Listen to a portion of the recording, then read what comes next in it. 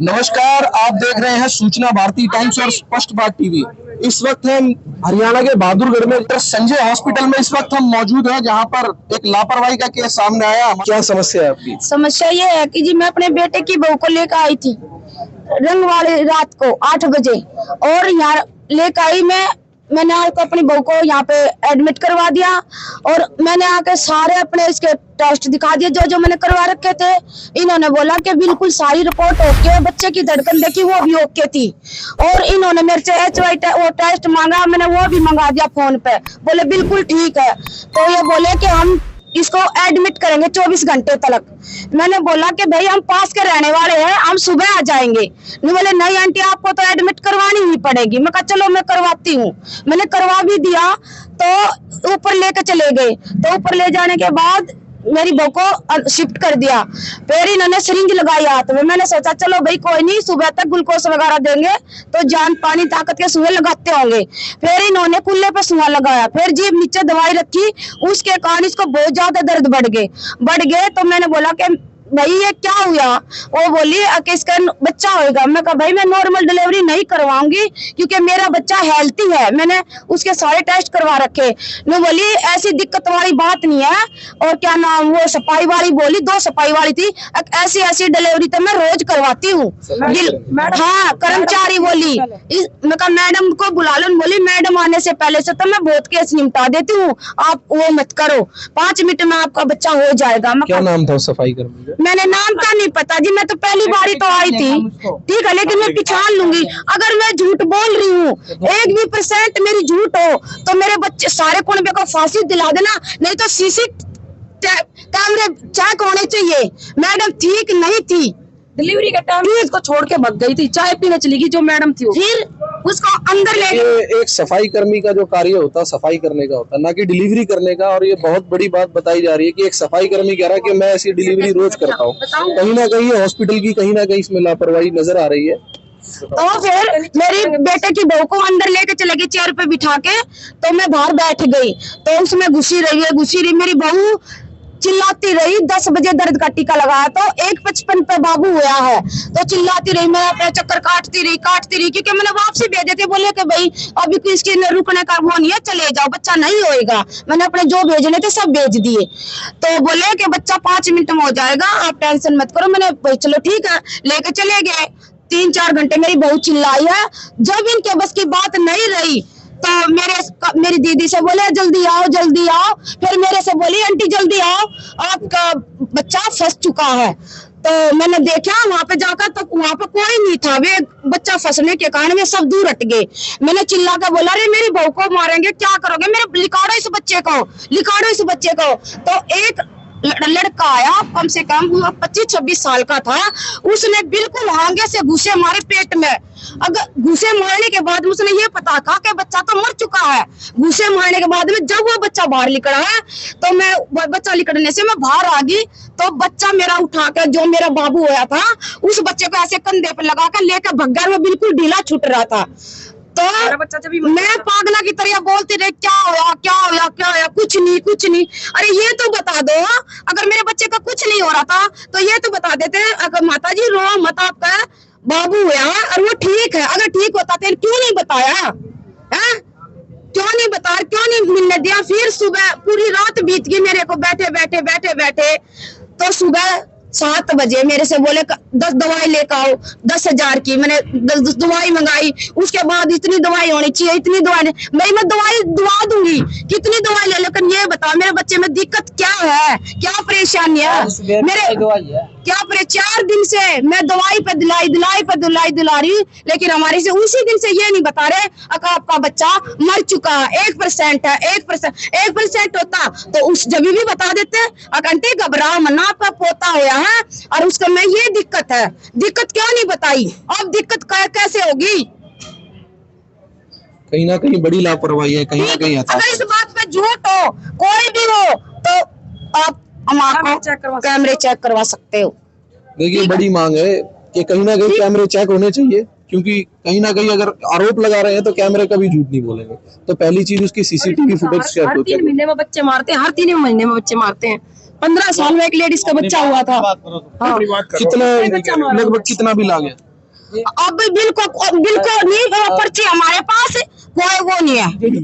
विशाल जी, ये जो लापरवाही का आरोप है, इस पे आपका क्या कहना है? इसमें मेरा कहना यही है भाई साहब, इसके जो है हॉस्पिटल है, इस पे केस होना चाहिए, इसकी कार्रवाई होनी चाहिए, और जो दोषी है उनको सजा मिलनी चाहिए, क्योंकि किसी की माँ का लाल गया है, किसी बाप का बेटा गया है, तो मैं तो कहता हूँ कि ऐसे लोगों को सजा मिलनी चाहिए, क्योंकि आगे से किसी और को ये लोग हत्या ना कर पाए किसी की। ये तो हत्या ही है एक तरह से। विशाल जी, अभी पुलिस प्रशासन से आपकी बातचीत हुई, क्या आश्वासन दिया उन लोगों ने? पुलिस यही कह रही है कि बच्चे का पोस्टमार्टम होता है तो उसी की रिपोर्ट के ऊपर ये लोग कार्रवाई करेंगे। ठीक है। तो अब देखते हैं, क्योंकि दिल्ली के अंदर तो मना कर दिया गया है कि वहाँ हो नहीं सकता, हरियाणा स्टेट है, तो हरियाणा के अंदर ही पोस्टमार्टम होगा बच्चे का, उसके बाद ही ये कार्रवाई करा सकते हैं सारे। पैसा हम हॉस्पिटलों के अंदर आके लगाते हैं कि हम अपने बच्चों को मारने के लिए लेके आते हैं क्या?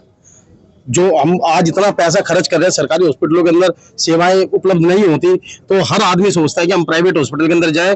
तो मैं जो प्रशासन है इनसे रिक्वेस्ट करूंगा कि इसको सील करा जाए, क्योंकि अभी जितने भाइयों से बात हुई है उन्होंने इस हॉस्पिटल के अंदर काफी चीजें बताई है, लापरवाही काफी है इस हॉस्पिटल के अंदर। जी, अब क्या मांग है आपकी? भाई मेरी मांग ये है कि जो आज मेरे साथ है ना, ये किसी के साथ ना हो। पोस्टमार्टम करवाना चाहती हूँ। उसमें कोई जान थी नहीं, मुंह कुछ भी मूवमेंट नहीं थी। फिर वो वेंटिलेटर पर एक लग यहाँ पाइप लगा एक मुंह में, फिर उस धड़कने लगा। उस दिन से मैं कम से भी कम 50 बार अंदर गया हूँ। यही बात है भाई, 1% जान है, 1% जान है। आज भी मैं 12 साढ़े 12 बजे से दवाई देकर आया हूँ, पर्चा है ये सब सारे सबूत है। तो बोले अभी 50% बच्चा ठीक है। सारा प्रशासन अंदर गया, अंदर प्रशासन जाने के बाद मेरे पास फोन करा, अजय भाई आजा। किसने आपको कॉल किया था? यही हॉस्पिटल में से कॉल किया था। तो बोले आप अंदर आ जाओ। मैं मुझे ऊपर ले गए, बोले भाई बच्चा नहीं है, आप लत्ते ले जाके ले जाओ। मगर मैं नहीं ले जाता, मैं पोस्टमार्टम कराऊंगा। ठीक है, फिर ये बात होती रही। बोले नहीं इसमें कराएंगे सिविल में, मगर सिविल में तो इसमें तो मैं बिल्कुल नहीं कराऊंगा। ठीक है, मगर मैं एम्स में कराऊंगा। ये सारे बोल रहे हैं कि अदर स्टेट है पोस्टमार्टम रिपोर्ट नहीं होगी। मैंने उस 25-26 तारीख को 112 कॉल किया था। 112 आई सेक्टर 6 में के आ रहे वो आए। फिर वो बोले चलो हम कार्रवाई कर रहे हैं। फिर एक मैडम है सीमा कादन, उससे मैंने रिपोर्ट दी परसों, यानी कि सीमा कादियान ये हॉस्पिटल की है? नहीं ये आईओ पुलिस आईओ है। हाँ, तो मैंने उससे शाम को परसों शाम को यानी कि 2-3 दिन पहले रिपोर्ट दी। तो अब वो मैडम चली गई। मैं पूछ रहा था मैडम ऐसा कौन सा कानून है जो 24 घंटे के अंदर पर्चा दर्ज होना चाहिए ना? जो कुछ भी है, लड़ाई झगड़े का भी मुकदमा हो जाता उसमें 24 घंटे का टाइम देते, उसके बाद मुकदमा दर्ज हो जाता। बोली हमने सीएमओ से कर दी। कल हम गए एक मीडिया वाले को लेके उसमें थाने में, बोला क्या तो आज शाम तक आ जाएगी टीम, ना तो सुबह आ जाएगी। आज अगले दिन की शाम में बोली अब तक टीम नहीं आ ली। ठीक है, पुलिस का कोई सहयोग नहीं मिल रहा हमारे उस तबे से। कोई आश्वासन दिया जाओ मामले को। इन्होंने अभी तक हमारे को कोई फोटोकॉपी नहीं प्रोवाइड कराई है कि भाई हमने ये लेटर सीएमओ साहब को भेजा है। सिर्फ हमारे को नंबर दिया था, और आज हम बार बार यही पूछ रहे हैं कि भाई सीएमओ साहब के नीचे एमओ होते हैं और बहुत स्टाफ होता है, कम से कम 1-2 आदमी तो आए। यहाँ पर ये छोटा मोटा कोई केस नहीं है कि अभी कोई गिर के पैर टूट गया। एक लापरवाही के कारण हत्या हुई है, जो स्टाफ ने लापरवाही से हत्या करी है। ये आज दिन किसी ना किसी के साथ करते रहते हैं। ना तो ये मालिक भी नहीं मिले। 4 जो अभी अधिकारी आपसे बात कर रहे थे पुलिस प्रशासन के, हाँ जी, क्या उनकी बातों से आप संतुष्ट नहीं है, सहमत? मैं बिल्कुल संतुष्ट नहीं हूँ। क्यों संतुष्ट नहीं? इस वजह का बता दूंगा। एक बात तो रिपोर्ट हम दे रहे हैं, सपोर्ट इनकी कर रहे हैं, संतुष्ट चीज कैसे होगी? हमारी तरफ से तो प्रशासन आ ही नहीं रहा। हमने ये बुला रहे हैं कंप्लेंट कर दी प्रशासन को, तो ये बुला रहे कंप्लेंट हम कर रहे हैं, सपोर्ट इनकी कर रहा है प्रशासन। देखिए, बड़ा आरोप है बच्चे की हत्या का, और कहीं ना कहीं ये बहुत निराशा की बात है, और कहीं ना कहीं प्रशासन को इनकी मदद करनी चाहिए। इसमें ये नहीं है, कोई लेना देना नहीं है इनका, रोल जहाँ तक है। सर देखो, बोर्ड है, बोर्ड जो गठित हो गया उसके तहत काम ठीक है। उसमें 3 डॉक्टर हैं, एक सीनियर डॉक्टर होता है, 2 उसके देख ली ये प्रक्रिया। ठीक है, यहाँ से निकलते हुए तो कम से कम एचसीएस के तो अधिकारी होंगे, एचसीएस के अधिकारी नहीं आए। गस्टिड अफसर में हो, गस्टिड अफसर होते हैं। ठीक है, गस्टिड अफसर है, सीएमओ पूरे जिले का सीएमओ, चीफ मेडिकल ऑफिसर। ठीक है, तो जो भी सीनियर डॉक्टर है और 2-3 आदमी का बोर्ड है या 4 का, वो जो भी होगा उसमें स्पष्ट होता है, उसमें कोई लाभ नहीं है। आप हमारे बाप समान हो, हमें आपसे कोई द्वेष नहीं है। ये लड़ाई तो चल रही है ना, ये चलती है कि भविष्य में किसी और के साथ ना हो बस, और कोई वो नहीं है। जो घटना होने के बाद भाई बात से और अब जो हो गया ना, तो आप जिंदा कर सकते ना हम जिंदा कर मैं सकते क्या कह रहा ना उनको भाई। अरे भाई उसका पोता मेरा दादा लागता हूँ उसका। वो आपकी बात ठीक है जी। ठीक है। हाँ हाँ, आप दादा भाई आड़े तो नहीं, पर आड़े तो मैं सोचा है भगवान देखता भाई, जो गलत करेगा उसका बेड़ा गर्क होगा। बिल्कुल हम तो ये कहते हैं कीड़े पड़ेंगे। बेड़ा गर्क होना चाहिए उसका। हमने कल एक वीडियो बनाई थी, किसी माँ का बेटा मरा है, किसी बाप का बेटा मरा है। आपका शक ना बिल्कुल जायज है, पर जो सर बोल रहे हैं ना, तो कहीं ना कहीं तो हमको विश्वास करना पड़ेगा। तरीके से चलेंगे। देखो इसका जितना जल्दी हम कराएंगे ना उतना बेनिफिट है, क्योंकि रोकने से कोई फायदा है नहीं। 4 दिन भी तो हो चुके हैं। ठीक है, हम आपके साथ आज डिक्लेयर आज की पहले करी होगी ना वैसे तो, आज करिए आज उन्होंने। तो है देखो कल उसमें आज 1:50 दिया टाइम, उसका शरीर पूरे होने का टाइम दिया है। कोई भी आदमी लिख के दे रखा है, पोस्टमार्टम रिपोर्ट में आ जाएगा किस टाइम डेथ हुई है। ठीक है, वो तो उसमें आ जाएगा। हम वही